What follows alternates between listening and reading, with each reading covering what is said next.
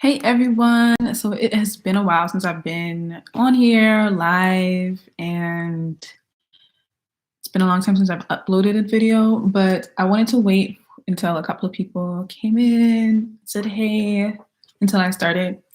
But I guess you can tell from the topic that we're going to be talking about our darker selves, our dark sides, the less favorable qualities we may have.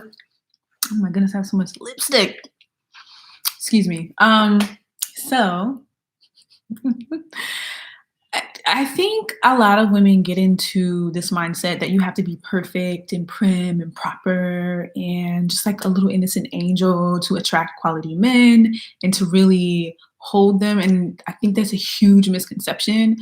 When you're a little bit more mysterious, when you embrace your darker side, your darker traits, your characteristics, when you hold them, um, and when you accept them, when you dabble in them, when you really understand yourself and you know yourself and you know what you're capable of and you know your motivations and why you have these weaknesses or why you have these darker qualities, this self-awareness and this mysterious aspect of you is exactly what intrigues a lot of men and really captivates them and motivates them to stay around. Interestingly enough, and you can do a lot in that space. You can do a lot in the space of embracing those qualities that society says aren't the best, right? Um, I think a good example is kind of like when you think about sexual energy, when you think about seduction, when you think about um, just sexuality in general, kind of like the things that are a little bit taboo, the things that we don't all talk about, things aren't like cut and dry and stuff they will introduce you in school or wherever your family is. That's the kind of stuff that will really captivate a man. Right? What do you guys think? Any questions? You can go in the chat. Chat is here.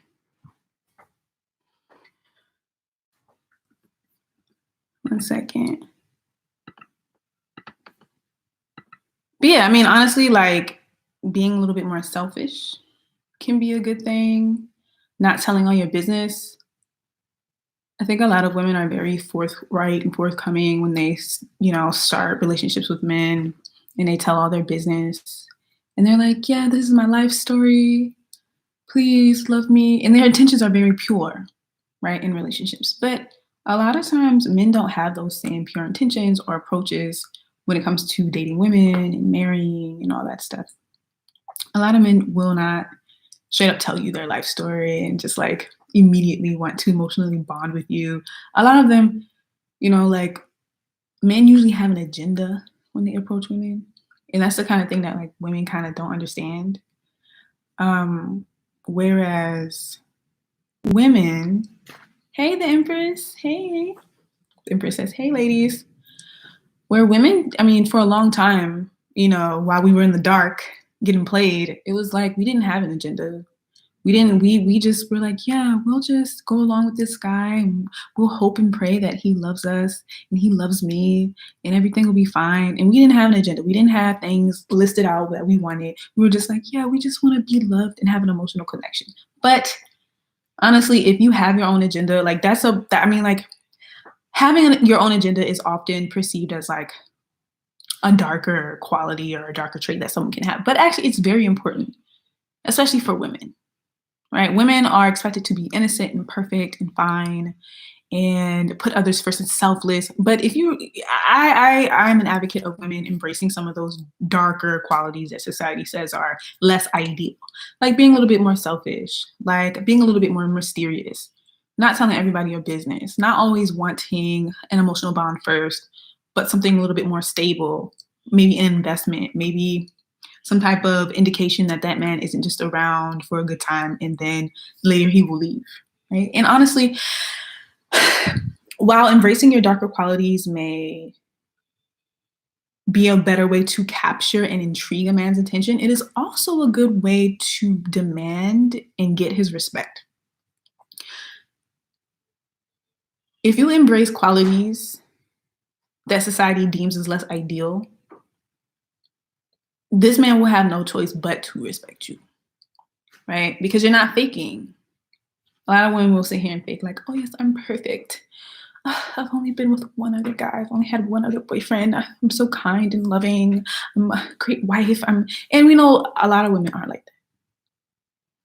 that. So when you're real and you put yourself first and you put your agenda first and you put your goals first, like, people have no choice but to respect you for that. The Empress says she's only interested in men that are willing to be my benefactors. Word. Me too. Me too.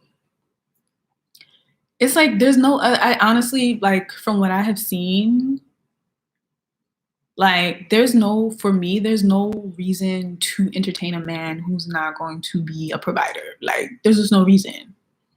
They're too selfish. Like, it's too risky to get involved with a man who will not be your benefactor or will not be some type of provider for you in your life. Women, I know we don't really think about this often, but we take on the vast majority of risk when it comes to men-women interaction. Like, when men interact with women, there isn't as much of a risk as when, for men as for when, like, women interact with men. There's a lot more of a risk for them. So if you're not getting any type of return on that risk, what are you doing? What are you doing? And when I say risk, I mean, like, the leading cause of death for women is men. Like, women get kidnapped, trafficked, raped, beaten on the, like, really horrible end of the spectrum. But on the less horrible end, but, like, the end that, I mean, like, it's still negative and it's still something that can eat at a woman, is that they get cheated on, they get lied to, they get betrayed, they get tricked, they get coerced, they get manipulated, all so that men can have access to their bodies, right? So if a man is not willing to be your benefactor, if a man is not willing to support you or provide for you, then there's really no way. I mean, like, there's really no reason to engage. There's no reason. Because trust me, men don't go up to women not trying to get something. Point blank, period. And I don't even think it's like, I'm not saying that men are evil. They are not. Like, they're human beings. But it's just like nature. It's like genetically they are wired to be attracted to women in hopes that they'll have eventual access to a woman's body. It's not like they're even planning. It's just a very instinctual thing, that a very instinctual behavior and tendency. So I think we all have to keep this in mind. And your dark side is where the energy and the passion live. So if you can just really understand those the less ideal qualities that you have about yourself, it makes you more interesting. It makes you a real person. It gives you texture. It gives you depth. It gives you something that people think about. They're like, like, why? I mean, if you're just simple and good, I do what everybody says. Oh, blah, I just want to help everybody. Like, people are like, oh, she easy. Like, I can take advantage of her. She's not a challenge. Like, why am I going to try to work hard for her when she don't even, like, work hard for herself? So, like I said, some of those traits that maybe you can start embracing would be like selfishness, mysteriousness,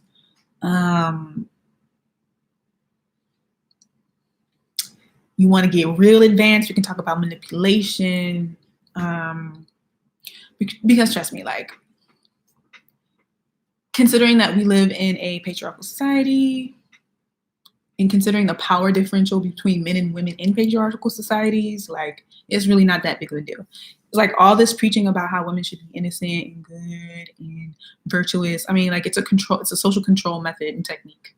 Like, it has nothing to do with, like, your actual value or your actual, like, character. Wait a minute. So the Empress says, I was once chatting with this minister on Tinder. I told him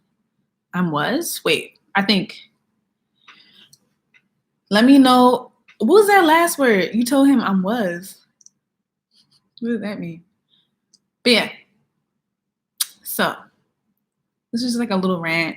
And honestly, like, your dark side isn't always evil. Like it isn't, I mean, like I think we should do a better job of like not looking at things so black and white, like good and evil, right and wrong. Like, no, some things are just, they're just like that. Some things don't really even have like a moral value, like an innate moral value attached to it. Like a lot of times our moral values come from society. He wanted me to take me to dinner. The Empress, you crazy. The Empress, one of my subscribers. I love the Empress. She always come through. Girl, when you go, I hope you need to put up more content so I can come through and chat, make comments in your live videos. But the Empress told a man on Tinder, he was a minister, told that minister she was a devil worshiping pagan. And that's exactly why he was attracted to you.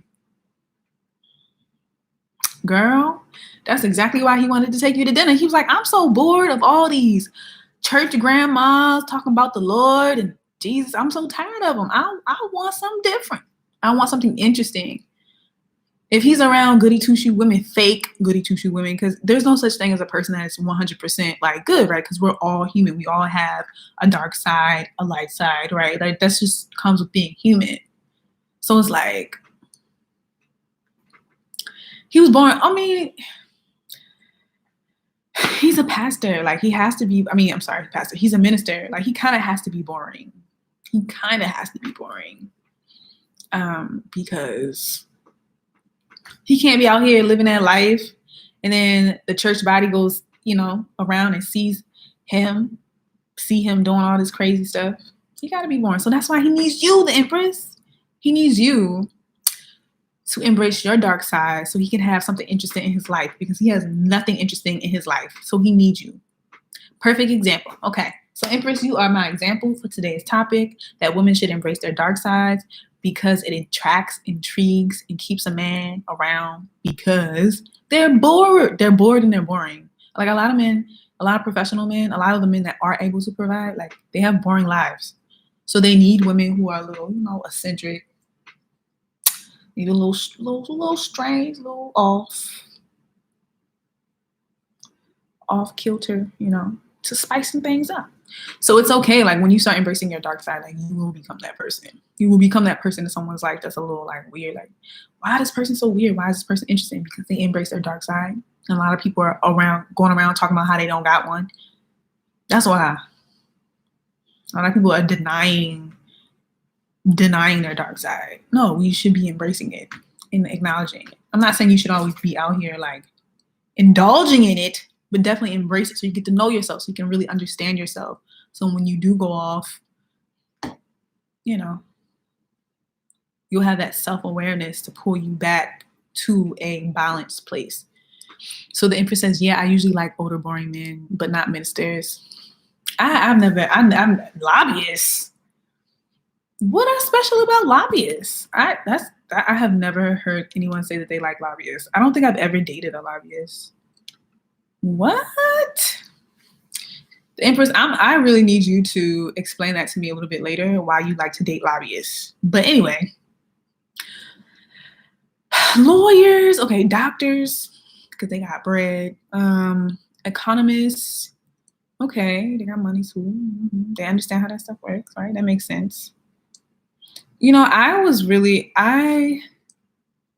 used to date a diplomat. He was really, I enjoyed being around him because he was very worldly, knew a lot of things. It was a very educational experience and I like to learn. So, I always talk about the countries that he would go to and had responsibilities in. Lobbyists are really interesting. You know what, girl? I have never, I don't even think I've met lobbyists, but I bet they're very persuasive, the Empress, because that's what they do, right? Their job is to persuade and convince. So I would be careful around lobbyists. They're like salesmen for the government. They have great stories. Though they have great stories, I believe you. They have great stories, but they may be a little bit too convincing for me, because I was like, look, I don't want anybody trying to persuade me to do things. I want to be the one to persuade. I want to be the persuasive one. I think I like nerds. I think I like doctors, diplomats, who else? Computer science, software engineers. Software engineers. Those have been like the best from my experience. Like IT people, tech people, computer science people, IT people. To me, they've been the best. They're a little boring, but they're dependable, stable, loyal. They're great. But anyway, I'm getting off topic. But thank you, the Empress. Thank you for providing me such great conversation and talking points. And your picture looks great. I'm so happy you put your picture up because before I never saw your picture. Okay, the Empress, you out here flexing on us. I did not know that. So the Empress says they also have huge expense accounts to take you out and about with on trips. That's very good to know. Thank you. Thank you for that information. I'll keep that in mind. All right. I'll see you lovely people later. Bye. See ya. Thanks, Empress.